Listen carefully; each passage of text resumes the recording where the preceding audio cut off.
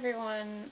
This is the first of hopefully monthly updates for anime and manga. It's actually May 2015 right now. The first one I'm going to do is what I got last month, so April 2015. I do plan to do a full anime and manga collection video sometime in the future if you're interested in that, but right now I think I'm just going to start small with these monthly updates. So I think you tell me what you'd like to see in comments or whatever. Last month, April, there was a convention in my area, so I went there and I bought a couple things that I otherwise wouldn't have. All manga. But I do also have other manga from this month, as well as light novels and some figures too. Not any anime this month, but next month I know there is definitely some anime. I don't know how often these will be done, but I do try to buy at least a couple things each month. But I can't promise, huge hauls, huge loot hauls. But anyway, first off is Magi Volume 10, or Volume 9, pardon me. I know 10 is out, I haven't gotten it, but this one was the most recent volume they had up to, and the one I needed. I've been enjoying Magi. It's not my favourite show, but I do like it. It's not a top priority for me though, but it is good. I hope that I can get more of it in the future. Next is another thing I got from a convention, which is Tropic of the Sea by Satoshi Kon. Fantastic manga. It's got a very strong environmental message, but it's not overbearing.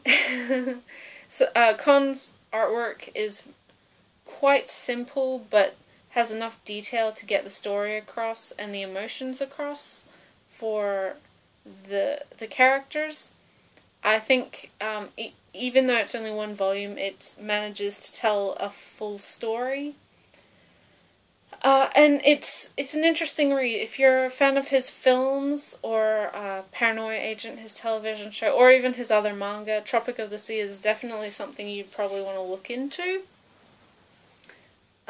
After that, I got Volume 2, Volume 3, Volume 4, and Volume 5 of Black Lagoon. I don't have Volume 1 yet, it's on its way. I did buy it, but I got those ones for $5 each at my local convention, which is very cheap for manga here locally. And all of this covers stuff that was in the television show. I've wanted the manga for quite a long time, actually. It's just come off of hiatus, so I look forward to getting more, seeing what the story holds for these characters, and kind of going along for the ride, because it's always fun, whether you're watching or reading Black Lagoon. After that are my last pickups for the convention stuff, and it's Volume 2 and Volume 3 of Gangsta. Fantastic manga, one of my favorites. It's getting an anime next season, I think, and I hope that does bring in some interest into the franchise, because it's really quite wonderful. Fantastic characters, really gritty setting and themes in there, but it's really intriguing as well. I've read a little bit farther than what I have here, and I do know there's Volume 6 coming out soon from Viz, so I need to kind of catch up with the volumes, but get Gangsta if you like things like Jormungand or Black Lagoon. It's a bit more like Black Lagoon than Jormungand, but you won't be disappointed. The final manga I have was just something I bought online. I didn't get it from a convention, and that's volume 25 of Soul Eater, the final volume. I liked in Soul Eater. It's interesting. It has really great potential, and I think overall it handled itself very well. There were some things, some comedy especially, where I didn't think it was quite appropriate for the scene that they were doing. But overall, the characters were fantastic, the story was riveting, and the art progression is amazing in Soul Eater. And it's all out now, so if you wanted to read it, now would be the best time to get the volumes, probably. And this one's a really thick volume, as you can see. Next, I'm going to show my light novels. I didn't get any of these at conventions or anything, I just bought them online. Book Girl, and the Undine Who Bore a Moonflower. It's the 6th book in the series. One of the first titles that Yen Press was publishing. I really love Book Girl. It's actually completed in English, but I only buy light novels as I read them, so I'm a couple volumes behind. I think there's 8 altogether. I really recommend this if you're into classic literature and kind of a fantastical setting in the modern era, if that makes any sense. But it's really great. A lot darker than it seems. And I don't know about this one, I haven't actually read it yet, but once I do, I can tell you my thoughts on it if you'd like, but it's quite a wonderful series as it is. I do recommend you check it out. The other light novel I got from Yen Press was Spice and Wolf. This is one of their first Spice and Wolf releases with the Yen On line. Volume 14, the most recent one. I love Spice and Wolf. I've got all of the volumes so far. And there's only 17 altogether, so we're close to the end. This one is continuing on with the story because there are some that are just short story collections. Again, if you liked Spice and Wolf but you thought there could be more in the show, the cover's open because I've been reading it, but if you like the idea, if you love the characters, read the light novels because they give so much more information. They have a lot of new characters in there, a lot of new adventures, kind of, with all the traveling around. And light novels in general aren't very hard to get through. They're only about 180 to 200 pages long. There's art in them. They're all fairly large type, not anything too difficult to read.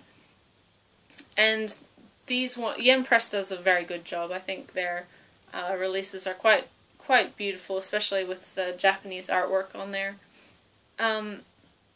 So yes, I do recommend the light novels for Spice and Wolf. I'm not sure about the manga. I've only read 1 volume of that, but I do know that they're behind. I'm not sure if they only follow the anime, but I know they're nowhere as far along as the light novels are. So if you want more story now, a lot more story now, the light novels are the way to go. And the last light novel I have was actually part of the Time of Eve Kickstarter, and that's Time of Eve Another Act. This was funded with the help of quite a few of the Kickstarter backers. My name's in the back of the acknowledgements, as everyone who put money towards it is.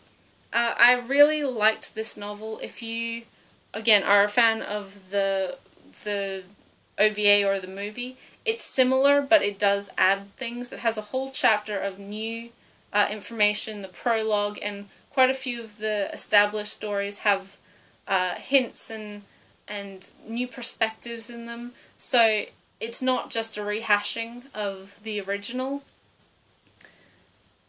It's quite, the editing is wonderful in there. There's nothing too Englishy or anything like that. They really put a lot of work into it, and it's just a lovely release. It does have this slip cover, dust cover jacket with the line art of the actual cafe inside. If you wanted to know more about the main character, his background, why he stopped playing piano, this explains why, and it's very interesting and a very good read. So for that, for even just that, that's a good reason to watch this for backstory purposes. More with the Time of Eve stuff, that was the end of the Kickstarter rewards coming in. I also got the fan book, which again has a dust cover with more artwork underneath. It's mainly screenshots and character sketches and that sort of thing. I haven't gone all the way through it, but it looks pretty lovely. It's formatted well. It took a long time for them to get everything completely released, but it was really worth it, I think, in my opinion. They did a wonderful job. If you can get either of these books aftermarket at Right Stuff or through the Time of Eve web store, and you're interested in the franchise, I say do it because it is worth it. I'm not entirely sure how many pages this is. Looks like about 200 pages. And it's heavy. It's quite a good sized and feeling book. Finally, with the Time of Eve stuff, there's a couple art boards or art prints. There are 3. I don't know where my third one is gone. I think my sister's put it somewhere. But here's one of Nagi from Time of Eve, the cafe, and then another one of Sammy. They're just A4-ish, a little bit smaller than A4 size. Prints on kind of cardboardy stuff. Again, I think these were Kickstarter only rewards. And the third one is another one of Sammy, I think, in similar promo material looking artwork. They're nice. I don't really know what I'm going to do with them. Just keep them in their home, which was this. It's a clear file that came with those two held in there. It's Sammy, as you can see. This one's a bit beat up. It's got a bit damaged in packaging, which is a shame. I really do actually like clear files. I collect quite a few of them. This one was the one I received. My sister also got one because we got doubles of everything. And she got a different clear file, which is this one. It's kind of more traditional. The promotional artwork, I mean, both of them are the promotional artwork for the series, but this one has, as you can see, more screenshots from the film and then the actual cafe itself on the back. Finally, I'm going to talk about figures. I'm just going to put some pictures over the screen so you have an idea of what I'm talking about. The first one I got was Yato from Noragami. He's a 1/8 scale by Mega House. Pardon me. He's really lovely. The stand is a bit awkward. You have to figure out how to display him correctly, but his sculpt, the coloring, everything is just spot on with him. He has alternate hands, so he can hold another sword. I think he comes with 2 alternate swords, actually. And you can switch his bottle holding arm with another one that holds a sword. I really love Noragami. I'm so excited to get the anime when it's released in a couple months, and I do also have the manga. You'll see volumes of that in the next couple months with the new volume releases. And I think that Mega House did a wonderful job on Yato. He's not particularly necessarily a character who would sell very well, but they did quite impressive job nonetheless, even though he's not really that flashy, so they couldn't screw up too much. He's just in a tracksuit and boots. He doesn't have any real fancy costume with that. Secondly, I got the 2014 Snow Miku, the one that was released last year, the magical girl one. I got her in the aftermarket on AmiAmi's pre-owned site. I think she was AA quality, and she really looks it. She's pretty much perfect. I don't think she was ever opened. I'm still figuring out how I want to display her. I only collect Miku Nendos because I couldn't even dream about starting a actual scaled figure Miku collection, but I think the Snow Mikus always are interesting. I'm trying to hunt down the 2013 one, although that's probably the rarest because it is incredibly lovely. I do have this year's on pre-order, as well as the Bloomed in Sakura Miku and Sebonozakura Miku, I think that's how you pronounce that. I don't get the normal Miku. It always has to be some sort of different design. Because if I'm going to have her, I don't just want her teal twin tails normal Vocaloid look, because I'm not a huge Vocaloid fan, so I don't really care either way. But I do, if I want a Miku, I want it because she has an interesting outfit and character design. The last two figures I got are kind of a set. They're the Sebastian and Seal from the Artifacts J Kuroshitsuji or Black Butler line. And they're 1/8 scales. They're beautiful again. I think they have some of the most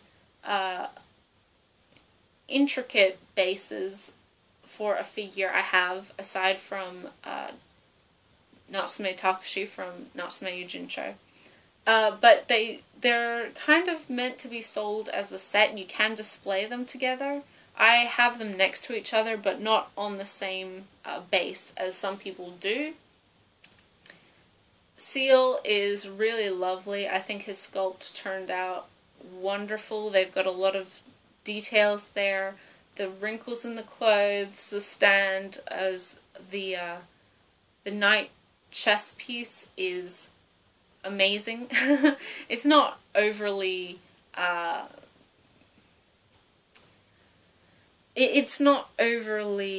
detailed or anything, but it does its job well, and Seal himself is detailed enough that you're not really paying that much attention to the base. Sebastian is a little more, he has a very impressive base as well. His overall design is a lot more plain than Seal, which is understandable because he's just in a suit and tails. But they do look very good together as a set. I'm looking forward to getting Grell in the next couple months, and then Undertaker when he is released. But they are quite expensive. I'm not sure whether or not they've gone up in the aftermarket yet, but they're probably the nicest quality figures from this most recent run of Kuroshitsuji ones. They're proper scales, and they're done by Kotobukiya, so there's very few actual quality control issues with them. And that's pretty much it. Thank you for listening to me talk for 20 minutes nearly. Next month, as I said, there will be more manga, definitely more light novels, I know that for a fact, and at least one anime. I may also have a figure or two, not quite sure at this moment. Depends on how late in the month I receive them. They might go into June's collection, but we'll see. If you enjoyed this, if you want me to go into any detail with certain releases, or if you want me to do reviews or anything like that, I'm happy to do it. I just would like some feedback on what you would like to see, pretty much, generally. I am planning on doing both a manga collection video and an anime collection video. I have a lot, though. It takes a long time, and I've tried to film it a couple times, but it hasn't really worked out yet. I'm still learning. Please bear with me. Again, once I've done that, if you want me to go into any specific anime releases, box sets, things like that, I'm happy to do it. Just leave me a comment and I'll look at that and assess whether or not I can do it within that time. But thank you for watching, and I'll see you guys next time.